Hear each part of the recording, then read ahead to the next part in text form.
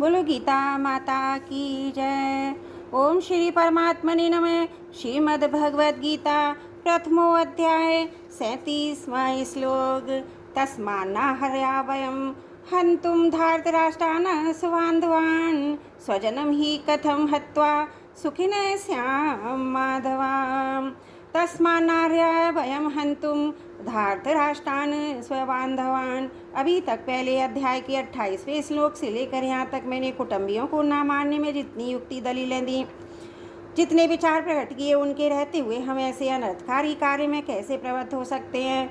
अपने बांधव इन धृतराष्ट्र संबंधियों को मानने का कार्य हमारे लिए सर्वदा ही अयोग्य है, अनुचित है। हम जैसे अच्छे पुरुष ऐसा अनुचित कार्य कर ही कैसे सकते हैं। स्वजनम ही कथम हत्वा सुखने श्याम माधव।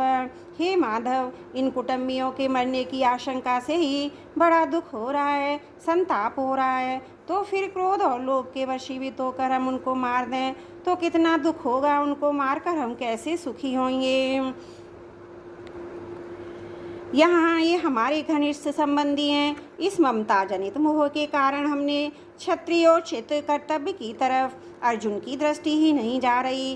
कारण है कि जहाँ मोह होता है वहाँ मनुष्य का विवेक दब जाता है। विवेक दबने से मोह की प्रबलता हो जाती है। मोह के प्रबल होने से अपने कर्तव्य का स्पष्ट भान नहीं होता। यदपयते न पश्यन्ति लोभोपेत चेतसा कुलक्षय कृतं दोषं मित्रद्रोहे चापातकं कथं न गेयस भस्माभिः पापादस्मान् निवर्तितुं कुलक्षय कृतं दोषं प्रपश्यति निर्जनार्दन। यद्यप्यते न पश्यन्ति मित्रद्रोहे चापातकं। इतना मिल गया, इतना और मिल जाए, फिर ऐसा मिलता ही रहे। ऐसे धन, जमीन, मकान, आदर, प्रशंसा, पद, अधिकार आदि की तरफ बढ़ती हुई वृत्ति का नाम लोभ है। इस लोभ वृत्ति के कारण इंद्रियों, धन आदि विवेक शक्ति लुप्त हो गई है, जिससे वे ये विचार नहीं कर पा रहे कि जिस राज्य के लिए हम इतना बड़ा पाप करने जा रहे हैं, कुटुंबियों का नाश करने जा रहे हैं, वह राज्य हमारे साथ कितने दिन रहेगा और हम उसके साथ कितने दिन रहेंगे। हमारे रहते हुए राज्य चला जाएगा तो हमारी क्या दशा होगी, और राज्य के रहते हुए हमारे शरीर चले जाएंगे तो क्या दशा होगी। क्योंकि मनुष्य संयोग का जितना सुख लेता है उसके वियोग का उतना दुख उसे भोगना ही पड़ता है। संयोग में इतना सुख नहीं होता जितना वियोग में दुख होता है। तात्पर्य है कि अंतकरण में लोभ छा जाने के कारण इनको राज्य ही राज्य दिख रहा है। कुल का नाश करने से कितना भयंकर पाप होगा वह इनको दिख ही नहीं रहा है। जहाँ लड़ाई होती है वहाँ समय, संपत्ति, शक्ति का नाश हो जाता है। तरह तरह की चिंताएं, आपत्तियाँ आ जाती हैं। दो मित्रों में भी आपस में खटपट मच जाती है। मनोमालिन्य हो जाता है।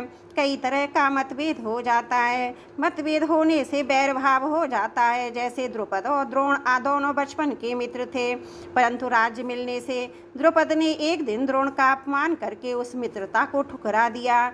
इससे राजा द्रुपद और द्रोणाचार्य के बीच बैर भाव हो गया। अपने अपनापन का बदला लेने के लिए द्रोणाचार्य ने मेरे द्वारा राजा द्रुपद को परास्त कराकर उसका आधा राज्य ले लिया।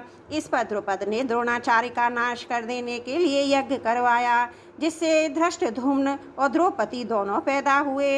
इस तरह मित्रों के साथ बैर भाव होने से कितना भयंकर पाप होगा, इस तरह ये देख ही नहीं रहे हैं।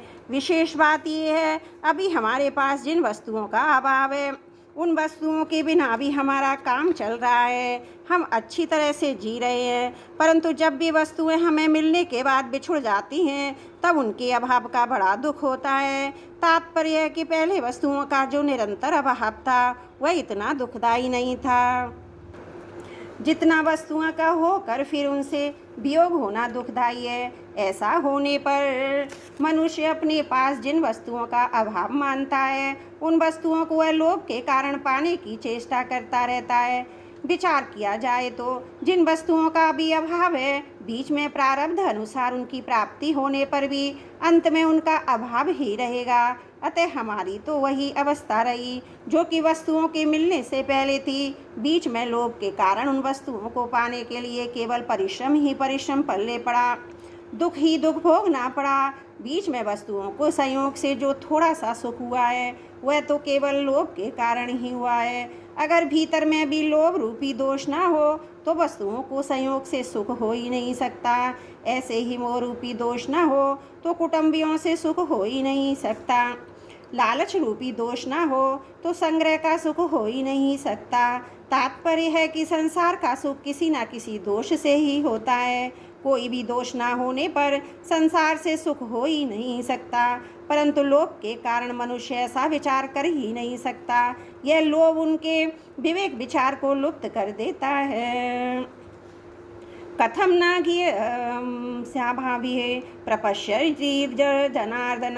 अब अर्जुन अपनी बात कहते हैं। यद्यपि दुर्योधन आदि अपने कुलक्षय से होने वाले दोष को और मित्र दोष से होने वाले पाप को नहीं देखते, तो भी हम लोगों को कुलक्षय से होने वाली अनर्थ परंपरा को देखना ही चाहिए, जिसका वर्णन अर्जुन आगे 40वें श्लोक के 44वें श्लोक तक करेंगे। क्योंकि हम कुलक्षय से होने वाले दोष को भी अच्छी तरह से जानते हैं और मित्रों के साथ द्रोह बैर द्वेष से होने वाले पाप को भी अच्छी तरह से जानते हैं।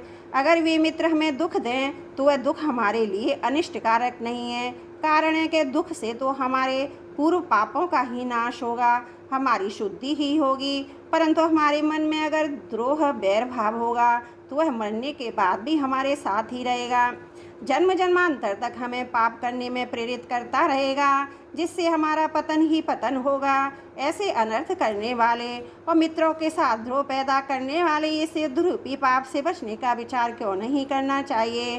अर्थात विचार करके हमें इस पाप से जरूर ही बचना चाहिए। यहाँ अर्जुन की दृष्टि दुर्योधन आदि के लोभ की तरफ तो जा रही है, पर वे खुद कुटुंबी इस नियमों में आबद्ध होकर बोल रहे हैं। इस तरह उनकी दृष्टि जा रही है, इस कारण वे अपने कर्तव्य को नहीं समझ रहे। ये नियम है कि मनुष्य की दृष्टि जब तक दूसरों के दोष की तरफ रहती है तब तक उसको अपना दोष नहीं दिखता, उल्टे एक अभिमान होता है, इनमें तो यह दोष है पर हमारे में ये दोष नहीं है। ऐसी अवस्था में वह सोच ही नहीं सकता अगर इनमें कोई दोष है तो हमारे में भी कोई दूसरा दोष हो सकता है। दूसरा दोष यदि ना भी हो तो भी दूसरों का दोष देखना यह भी दोष है। दूसरों का दोष देखना एवं अपने में अच्छाई का अभिमान करना, ये दोनों दोष साथ में ही रहते हैं। अर्जुन को भी दुर्योधन आदि में दोष दिख रहे हैं और अपने में अच्छाइयों का अभिमान हो रहा है। अच्छाई के अभिमान की छत्र छाया में दोष, इसलिए उनको अपने मोहरूपी दोष नहीं दिख रहा है। त्रुटियों के लिए क्षमा चाहती हूँ। वसुदेव सुतं देवं कंस चारुणमर्दनं देवकी परमानंदं कृष्णं वंदे जगद्गुरुं।